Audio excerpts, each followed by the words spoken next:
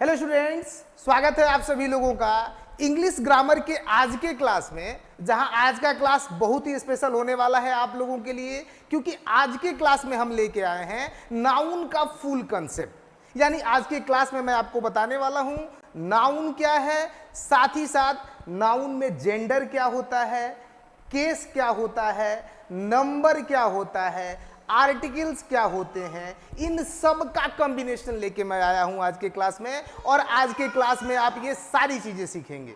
आज के क्लास में आप जानेंगे संज्ञा क्या है, संज्ञा के प्रकार कितने हैं, साथ ही साथ जेंडर, नंबर, केस और आर्टिकल्स, इन सब का यूज, सबके बारे में आज के क्लास में हम लोग पढ़ने वाले हैं और जानने वाले हैं।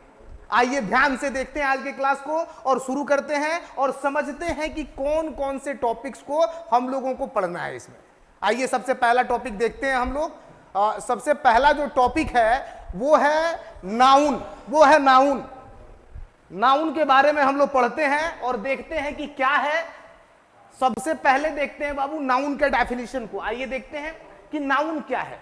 तो यहां हम लोग देख पा रहे हैं कि हमने डेफिनेशन को क्लियर किया हुआ है बाबू यहां पे कि noun is the name of a person, place, animal, thing, condition, action और स्टेट। यानी कि नाउन के अंडर में ये सारी चीजें आती हैं बाबू। नाउन के डेफिनेशन को अगर हम डिफाइन करें तो इसमें आता है नाम पर्सन का, प्लेस का, एनिमल, थिंग्स, कंडीशंस, एक्शन या फिर स्टेट। ये सारी चीजें आती है नाउन में। अगर हम बात करें नॉर्मली तौर पे नाउन को डिफाइन करें बाबू, तो नाउन का मतलब है कि इस दुनिया में जितनी भी चीजों का नाम है, noun is the naming word.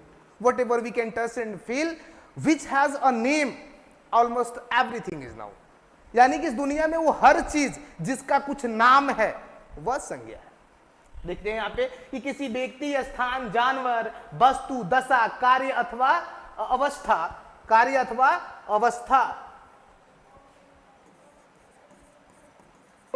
अवस्था के नाम को संज्ञा कहते हैं।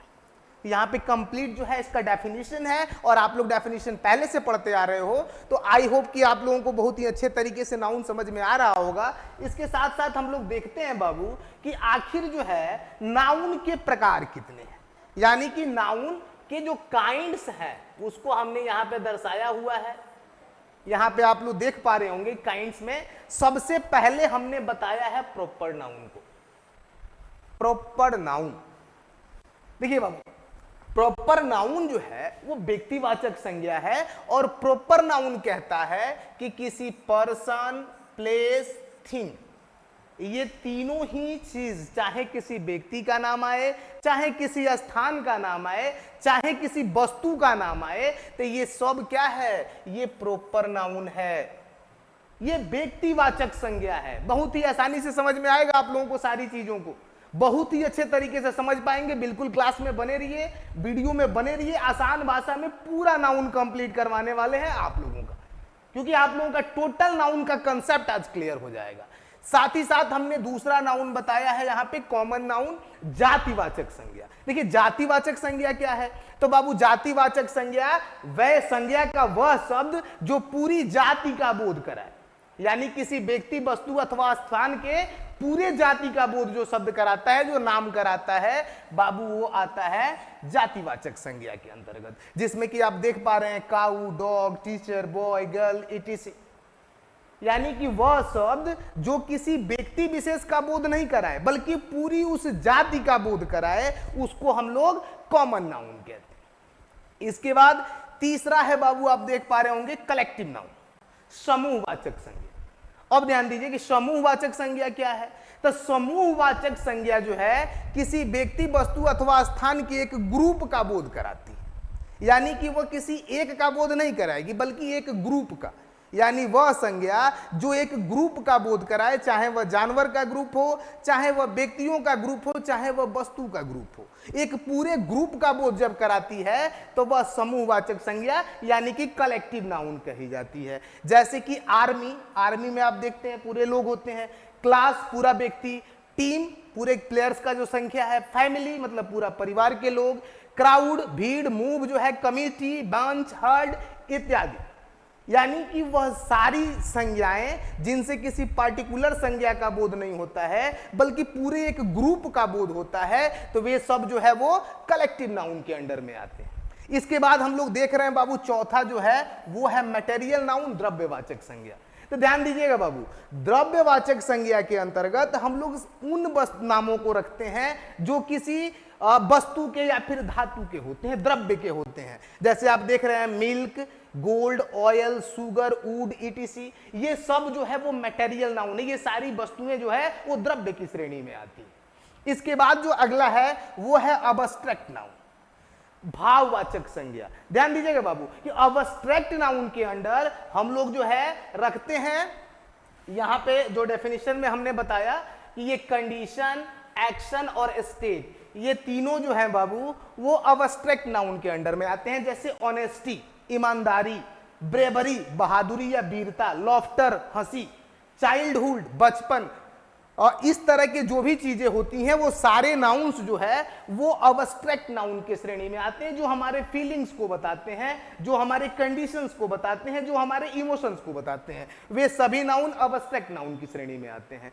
अब यहां पे एक चीज मैं आपको बता दूं कि जो मॉडर्न थ्योरी है, जो मॉडर्न कंसेप्ट है ग्रामर का, वो कहता है कि नाउन को सिर्फ दो भागों में बांटिए। जो मॉडर्न कंसेप्ट है वो बाबू नाउन को दो ही भागों में बांटता है। यहां पे समझ लीजिएगा, पहला भाग होता है काउंटेबल और दूसरा होता है अनकाउंटेबल। ध्यान दीजिए, पहला कहता है काउंटेबल यानी गणनीय, जिसकी गिनती हो सके, और दूसरा अनकाउंटेबल यानी जिसको हम लोग गिन नहीं सकते हैं। अब ध्यान दीजिए, काउंटेबल में आ जाता है बाबू प्रॉपर, कॉमन और कलेक्टिव। ये तीनों आ जाते हैं काउंटेबल में, जबकि अनकाउंटेबल में आ जाता है अबस्ट्रैक्ट और मटेरियल। यानी कि जो परंपरागत व्याकरण था, जो उसने संज्ञा के 5 भाग बांटे थे, उन्हीं 5 भागों को संक्षेप करके 2 भागों में बांटने का काम मॉडर्न जो है ग्रामर ने किया। और मॉडर्न ग्रामर ने बताया कि ये जो संज्ञाएं हैं इन्हें 2 श्रेणी में बांटकर भी पढ़ा जा सकता है, काउंटेबल गणनीय और अनकाउंटेबल अगणनीय। काउंटेबल गणनीय का मतलब कि वैसी संज्ञाएं जिसको हम गिन सकते हैं, और दूसरा अनकाउंटेबल जिसको हम गिन नहीं सकते हैं बल्कि उसको माप सकते हैं या फील कर सकते हैं। यानी कि इस श्रेणी में वे संज्ञाएं हैं जिनको हम काउंट कर सकते हैं 1 2 3 4, और इस श्रेणी में वे संज्ञाएं हैं जिन्हें हमें काउंट नहीं करना होता बल्कि उनका मेजर करना होता है, मापना होता है या उनको फील करना होता है। तो इस तरह से आई होप कि आप लोगों का ये कंसेप्ट भी क्लियर हो जाएगा काउंटेबल और अनकाउंटेबल का। इसके बाद हम लोग चलते हैं और अब यहां समझते हैं बाबू कि नाउन में जेंडर क्या है। नाउन में जेंडर क्या है? तो बाबू देखिए, जेंडर जो है, नाउन में जेंडर 4 प्रकार के होते हैं। नाउन के जेंडर्स को हम लोग 4 भागों में बांटे हुए हैं, और चारों ही तरीकों को, चारों ही प्रकारों को यहां मैं एक्सप्लेन करने वाला हूं, बताने वाला हूं आप लोगों को। सबसे पहला जो होता है बाबू वो है मैस्कुलिन। मैस्कुलिन को हम लोग कहते हैं पुल्लिंग। मैस्कुलिन को हम लोग कहते हैं पुल्लिंग। फेमिनिन को हम लोग कहते हैं स्त्रीलिंग। कॉमन को हम लोग कहते हैं उभयलिंग, और नपुंसक लिंग कहते हैं न्यूटर को। न्यूटर को हम कहते हैं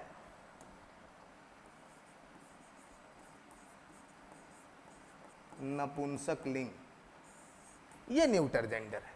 ध्यान दीजिएगा, मैस्कुलिन पुल्लिंग जो है वो पुरुष जाति का बोध कराता है, यानी कि मेल सेक्स का बोध कराता है। जितने भी जानवर हैं, जो भी इंसान हैं, उसमें जो मेल सेक्स के अंडर आते हैं वो सब पुल्लिंग में आते हैं, ये मैस्कुलिन के अंडर में आते हैं। साथ ही साथ जो फीमेल सेक्स हैं, जानवरों की हो चाहे व्यक्तियों की हो या फिर अदर सेक्टर में, तो वो फेमिनिन में आती हैं। जैसे आप देख रहे होंगे, बॉय का गर्ल, किंग का क्वीन, ब्रदर का सिस्टर, लायन का लॉयनेस, टाइगर का टाइग्रेस, ऐसे करके जो है आप लोग मैस्कुलिन को फेमिनिन देख सकते हैं। अब तीसरा जेंडर है बाबू कॉमन। उभयलिंग। देखिए इसके अंडर में वे जेंडर्स के नाम आते हैं जिनमें पुरुष और स्त्री दोनों का बोध होता है, यानी वो पुरुष भी हो सकते हैं और स्त्री भी हो सकती है, यानी वह मेल भी हो सकता है और फीमेल भी हो सकता है। तो इस तरह के जेंडर को हम लोग कॉमन जेंडर की श्रेणी में रखते हैं, जैसे चाइल्ड, बेबी, टीचर, लॉयर। तो इस तरह के जो है लीडर, मैनेजर, तो इस तरह के जो भी संज्ञाएं आए जो पुरुष जाति में भी हो सकती हैं और महिलाएं में भी, यानी कि मैस्कुलिन और फेमिनिन दोनों हो सकती हैं, तो उनको हम लोग कॉमन में रखते हैं, कॉमन जेंडर के अंतर्गत। चौथा जो है बाबू वो है न्यूटर जेंडर, नपुंसक लिंग। इसके अंडर में हम उन संज्ञाओं को रखते हैं जिनमें जान नहीं होती है। आमतौर पे कहें तो निर्जीव वस्तुओं को, निर्जीव संज्ञाओं को हम न्यूटर के अंडर में रखते हैं, जैसे कॉपी, पेन, टेबल, etc। तो बड़ी ही आसानी तरीके से हमको लग रहा है कि आप लोगों को सारी चीजें क्लियर हो पा रही होंगी, बहुत ही बढ़िया से आप आसानी से समझ भी पा रहे होंगे और अपना नोट्स भी आप स्क्रीनशॉट लेके बना सकते हैं। तो बड़ा ही आसान तरीके से हम लोगों ने जेंडर को भी यहाँ क्लियर कर लिया। इसके बाद जो है मैं आपको बता दूं बाबू कि थोड़ा सा दिक्कत आता है जब उन चीजों को हम ज्यादातर मॉडिफाई करके देखते हैं। तो अगर देखिए किसी संज्ञा से स्ट्रेंथ, वॉयलेंस, एनर्जी या फिर दृढ़ संकल्प का बोध हो रहा है, तो ये संज्ञाएं जो है वो मैस्कुलिन की श्रेणी में आती है, यानी कि ताकत, हिंसा, एनर्जी, ऊर्जा और फर्मनेस, दृढ़ संकल्प अगर आ रहा है तो ऐसी संज्ञाओं को हम मैस्कुलिन यानी पुलिंग की श्रेणी में रखते हैं। जबकि फेमिनिन यानी कि स्त्रीलिंग की श्रेणी में ब्यूटी, सुंदरता, ग्रेसफुलनेस, उदारता, जेंटलनेस, नेकता, ये सब अगर बोध हो रहा है तो उसे हम लोग फेमिनिन की श्रेणी में रखते हैं।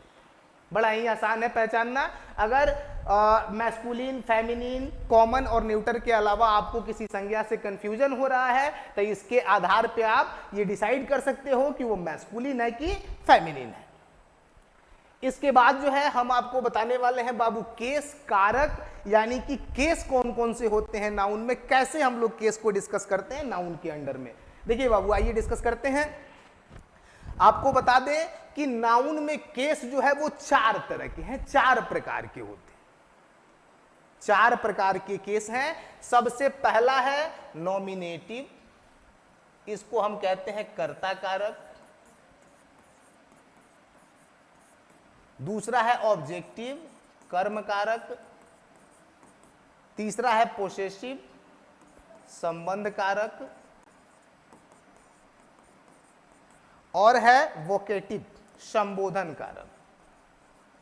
संबोधन कारक, ध्यान दीजिएगा बाबू। अगर कोई संज्ञा, बिल्कुल ही आसान है समझना, आप क्लास में बने रहो, अपना अटेंशन दिए रहो, बिल्कुल समझ में आएगा, 100% समझ में आएगा, नहीं आने वाली कोई बात नहीं है, बिल्कुल समझ में आएगा और आसानी से समझ में आएगा। देखिए संज्ञा यदि सब्जेक्ट के जगह पे है तो वह नॉमिनेटिव केस है।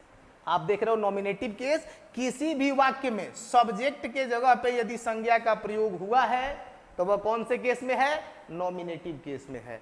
अगर ऑब्जेक्ट के जगह पे हुआ है तो वह ऑब्जेक्टिव केस में है। यहां देखिए सब्जेक्ट के जगह पे राम है तो राम नॉमिनेटिव केस में है, और ऑब्जेक्ट के जगह पे सीता है तो सीता ऑब्जेक्टिव केस में है। इसके अलावा पोसेसिव केस, तो देखिए नाउन का पोसेसिव केस बनाने के लिए उसमें एपोस्ट्रोफी एस को जोड़ना पड़ता है, यानी जब किसी संज्ञा में एपोस्ट्रोफी एस जोड़ दिया जाता है तब पोसेसिव केस का निर्माण होता है, पोजेसिव केस बनता है। जैसे आप देख रहे हैं राम्स कार, राम की गाड़ी, गर्ल्स हॉस्टल, लड़कियों का हॉस्टल। यहां एक चीज ध्यान दीजिएगा कि कभी भी किसी संज्ञा के अंत में एपोस्ट्रोफी एस लगाते वक्त ये ध्यान रखिएगा कि उस संज्ञा के अंत में यदि पहले से ही एस आया हुआ हो तो आपको सिर्फ एपोस्ट्रोफी लगाना है, एपोस्ट्रोफी के साथ एस नहीं लगाना है। यदि किसी संज्ञा के अंत में एस नहीं आया हुआ है तो उसका पोसेसिव केस बनाने के लिए आपको एपोस्ट्रोफी एस लगाना होगा। जबकि यदि संज्ञा के अंत में ऑलरेडी एस आया हुआ है तो उसका पोसेसिव केस बनाने के लिए आपको सिर्फ एपोस्ट्रोफी लगाना है, यानी एस दोबारा नहीं लगाना है। चौथा है बाबू वोकेटिव केस, संबोधन कारक। तो देखिए जब भी हम किसी संज्ञा को प्रोनाउंसिएट करके या उसको उच्चारित करके उससे कुछ कहते हैं तो वो कौन से केस में होता है, वोकेटिव केस में। जैसे रवि यहां आओ, रानी एक गिलास पानी लाना, Rani bring a glass of water. तो जिसको प्रोनाउंसिएट करते हैं, जिस संज्ञा को प्रोनाउंसिएट करके, जिस संज्ञा को बोल के, जिस संज्ञा का उच्चारण करके हम उससे या उसके बारे में कुछ कहते हैं तो वह संज्ञा वोकेटिव केस में होती है। आई होप कि आप लोगों को ये केस भी बहुत अच्छे तरीके से समझ में आ गया होगा। बड़ा ही आसान सा टॉपिक था। इसके अलावा अब हम लोग देखेंगे बाबू नंबर, यानी कि अब हम देखने वाले सीखने वाले हैं कि नंबर क्या है, नाउन में नंबर कितने होते हैं। तो देखो बाबू, नाउन में नंबर सिर्फ दो होते हैं, एक सिंगुलर नंबर और एक प्लूरल नंबर। देखिए संस्कृत जब हम लोग पढ़ते हैं तो उसमें तीन ठो रूप होते हैं, एक वचन, द्विवचन, बहुवचन। लेकिन अंग्रेजी व्याकरण में जब हम देखते हैं तो संज्ञा सिर्फ दो फॉर्म में है, एक वचन और बहुवचन। एक है तो एक वचन, एक से ज्यादा हो गई तो बहुवचन। यहाँ आप देख रहे हैं पेन, काऊ, बुक, ये सब एक एक है तो ये सिंगुलर है। यही पेन अगर दो ठो हो जाएगा तो पेन्स हो जाएगा, काऊ दो ठो हो जाएगी तो काउज हो जाएगी, बुक दो ठो हो जाएगा तो बुक्स हो जाएगा। तो यदि कोई संज्ञा सिर्फ अकेली है तो वो सिंगुलर नंबर में है, और जैसे ही उसकी संख्या एक से बढ़ गई, यानी कि 2, 3, 4, 5 कितनी भी हो गई, तो वो प्लूरल नंबर में चली जाएगी, प्लूरल नंबर हो जाएगी। अब जो है बाबू हम लोग देखने वाले हैं इसके बाद आर्टिकल्स। आर्टिकल्स को समझने वाले हैं नाउन में कि आर्टिकल्स क्या है। देखिए बाबू, आर्टिकल्स जो है वो अनुच्छेद को कहा जाता है, इसका हिंदी नाम है अनुच्छेद। और अंग्रेजी व्याकरण में जब हम लोग नाउन पढ़ते हैं तो साथ में आर्टिकल्स नाउन खंड के अंडर में ही आता है। तो यहाँ हम लोग इसको भी पढ़ेंगे, यानी कि नाउन का कंप्लीट पैचअप होने वाला, ये कंप्लीट सीरीज होने वाला है। यदि आप इस वीडियो को बढ़िया से देख रहे हो, यदि आप इस क्लास को बढ़िया से गौर से सुन रहे हो और समझ रहे हो, तो आपको नाउन में कुछ भी एक्स्ट्रा पढ़ने और जानने की जरूरत नहीं पड़ने वाली है। ये वीडियो आपको नाउन के बारे में कंप्लीट जानकारी देने वाला है। अलग से किसी भी क्लास की जरूरत आपको नाउन समझने के लिए तो नहीं ही पड़ेगी। तो बिल्कुल ध्यान से बने रहिए वीडियो में। आर्टिकल आपको हम बताने वाले हैं बाबू। आर्टिकल जो है वो दो तरह के होते हैं अंग्रेजी व्याकरण में, इंडेफिनिट और डेफिनिट। इंडेफिनिट के अंडर में दो ठो आर्टिकल आते हैं, ए और एन। ए भी आता है और एन भी आता है। ए का यूज हम कहां करते हैं, तो ए का यूज हम उन संज्ञाओं के पहले करते हैं जिनका उच्चारण कॉन्सोनेंट साउंड से होता है, यानी व्यंजन वर्ण से होता है। और जबकि एन का प्रयोग हम वॉवेल साउंड से शुरू होने वाले संज्ञाओं के पहले करते हैं। यानी कि यदि कोई संज्ञा कॉन्सोनेंट से शुरू हो रही है तो उसके पहले हम ए लगाएंगे, और यदि वॉवेल से शुरू हो रही है तो उसके पहले एन लगाएंगे। अब इसके बाद ये तो हो गया इंडेफिनिट। इंडेफिनिट क्यों? क्योंकि ये दोनों ही अनिश्चित हैं, ये दोनों ही डिपेंड करता है इस बात पर कि कौन सी संज्ञा आ रही है, यानी संज्ञा के अकॉर्डिंग इनका यूज होगा, तो इसलिए इनको इंडेफिनिट कहा जाता है। अगला हम देखते हैं डेफिनिट। तो डेफिनिट में सिर्फ एक ही आता है बाबू, और वो है दो, वो है दो। अब कभी कभी आप लोग सुनते होंगे कि दो को दी भी बोला जाता है। देखिए दो को दी हम लोग तब बोलते हैं जब इसके बाद आने वाली संज्ञा जो है वो वॉवेल से शुरू होती है, यानी कि जो संज्ञा आती है उसका उच्चारण वॉवेल से होता है, तो वहां पे इस दो को दी बोला जाता है, दी उच्चारित किया जाता है, दी प्रोनाउंसिएट किया जाता है। अब हम लोग देखते हैं यहाँ पे कि दो का प्रयोग कहाँ कहाँ होता है। तो सबसे पहले दो का प्रयोग होता है निश्चित नेम, यानी निश्चित संज्ञा के पहले। यदि कोई संज्ञा निश्चित है तो वहां उसका यूज होगा। दूसरा, नदियों के नाम के पहले, यानी कि जैसे नदियों का नाम है the Ganga, the Yamuna, the Saraswati, the Kaveri, the Ghaghara, कोई भी नदी है उसके नाम के पहले दो लगता है। अगर माउंटेन्स हैं, कोई पहाड़ हैं, पर्वत हैं, तो उसके नाम के पहले जो है आपको दो लगाना है। The Himalaya, the mount Everest, the ellipse. इसके बाद यदि आसमान की बात करें और प्लैनेट्स की बात करें तो वहां पे भी आपको द लगाना है, जैसे the sky, the sun, the moon, the star. इसके अलावे यदि किसी रिलीजियस बुक्स की बात आप कर रहे हैं, किसी धार्मिक किताब का जिक्र कर रहे हैं, तो उसके नाम के पहले भी आपको द लगाना है। यदि किसी हिस्टोरिकल फैक्ट्स की बात आप कर रहे हैं, कोई ऐतिहासिक तथ्य है तो उसकी बात कर रहे हैं, तो आप वहां भी द लगाएंगे। न्यूज पेपर के नाम के पहले आपको द लगाना है, कोई भी न्यूज पेपर है। अगर किसी पॉलिटिकल पार्टीज के नाम के पहले आपको द लगाना है, किसी भी पॉलिटिकल पार्टीज की बात कर रहे हैं तो उसके पहले आपको द लगाना है। अगर किसी आविष्कार की बात आप कर रहे हैं, किसी इन्वेंशंस की बात कर रहे हैं, तो वहां भी आपको द लगाना है। अगर किसी इन्वेंशंस पे चर्चा कर रहे हैं तो उसके पहले भी द लगाना है। अगर कहीं एडजेक्टिव का सुपरलेटिव डिग्री यूज हो रहा है तो वहां भी आपको द लगाना है। यानी एडजेक्टिव की सुपरलेटिव फॉर्म में जहां भी यूज होगा तो उसके ठीक पहले द का प्रयोग होता है। तो आई होप कि आप लोगों को जो है ये आर्टिकल्स का सेशन भी बढ़िया से समझ में आया होगा, अच्छे तरीके से समझ में आया होगा। और एक और बात और आपको हम बता दें कि अगर किसी पॉइंट पे आप असंतुष्ट हैं, कोई चीज आपको समझ में नहीं आया हो, कहीं कोई दिक्कत समझ में आ रहा है, तो आप बेहिचक अपनी बातों को कमेंट के जरिए हम तक पहुंचाएंगे, उसको दूर करने का प्रयास हम जरूर करेंगे। साथ ही साथ इस चैनल पे, हमारे इस चैनल पे आपको जो है फुल पैकेज ग्रामर मिलने वाला है। क्रमबद्ध तरीके से ये क्लास जो है नाउन को पूरी तरह से एक्सप्लेन करेगा। इसी तरह से आपको pronoun, adjective, verb, adverb, preposition, conjunction, interjection, साथ ही साथ ट्रांसफॉर्मेशन के सभी क्लासेस आपको चैनल पे मिलते रहेंगे। आप जो है हमारे साथ बने रहें और अपने तैयारी को आगे की तरफ ले चलें, बढ़ाते रहें। अब आर्टिकल्स को पढ़ने के बाद बाबू आपको बता दे थोड़ा सा हम कि पोजीशन ऑफ आर्टिकल्स क्या है, यानी कि आर्टिकल्स का स्थान कहां होता है, जो आर्टिकल्स है उसका यूज कहां पे हम लोग करते हैं। तो बाबू सामान्य तौर पे आर्टिकल्स का जो यूज होता है वो किसी संज्ञा के पहले होता है। सामान्य तौर पे हम देखें तो किसी भी वाक्य में आर्टिकल्स का जो यूज होगा बाबू वो संज्ञा के जस्ट पहले होगा।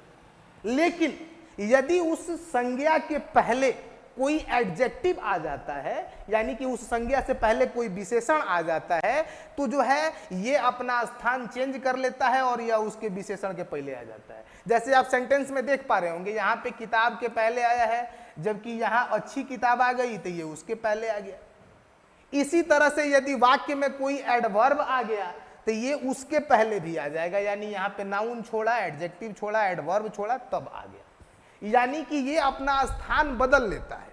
आमतौर पे तो ये किसी संज्ञा के पहले आता है, लेकिन संज्ञा के पहले यदि कोई विशेषण आएगा तो ये उसके पहले आ जाएगा, कोई क्रिया विशेषण आएगा तो ये उसके भी पहले आ जाएगा। और इसका प्रयोग हमेशा डिपेंड किस पर करेगा, इसके बाद आने वाले शब्द पर। जैसे यहाँ पे ये बुक के प्रोनाउंसिएशन के हिसाब से यूज हुआ है, लेकिन यहाँ पे ये गुड के प्रोनाउंसिएशन के हिसाब से यूज हुआ है, और यहाँ पे ये वेरी के प्रोनाउंसिएशन के हिसाब से यूज होगा। यानी कि ए और एन इस बात पे डिपेंड करेंगे कि इसके बाद आने वाला शब्द का उच्चारण कैसे है। जैसे यहाँ पे थोड़ा सा क्लियर करते हैं, जैसे ही इज अ बॉय, ध्यान दीजिएगा कि यहां हमने आर्टिकल लगाया इस संज्ञा के लिए, और यही अगर बात हो जाए कि he is an honest boy, ध्यान दीजिएगा यहां भी सेंटेंस सेम है, यहां से लेके यहां तक सारा सेम है, लेकिन ये बीच में जो ऑनेस्ट आ गया, जो एडजेक्टिव आ गया, इस एडजेक्टिव के प्रोनाउंसिएशन के हिसाब से ए किस में बदल गया, एन में बदल गया। यही सेंटेंस अगर ऐसे हो जाए कि he is a very honest boy, very honest boy. अब यहां एक चीज और ध्यान दीजिएगा बाबू कि यहां पे देखिए ये वेरी के हिसाब से फिर ए हो गया। आपने पहले सेंटेंस में देखा कि इसके बाद आने वाला शब्द बॉय था तो इसके उच्चारण के हिसाब से ए का यूज हुआ, लेकिन उसके बाद यहां पे ऑनेस्ट आ गया तो इसके उच्चारण के हिसाब से ये एन में बदल गया।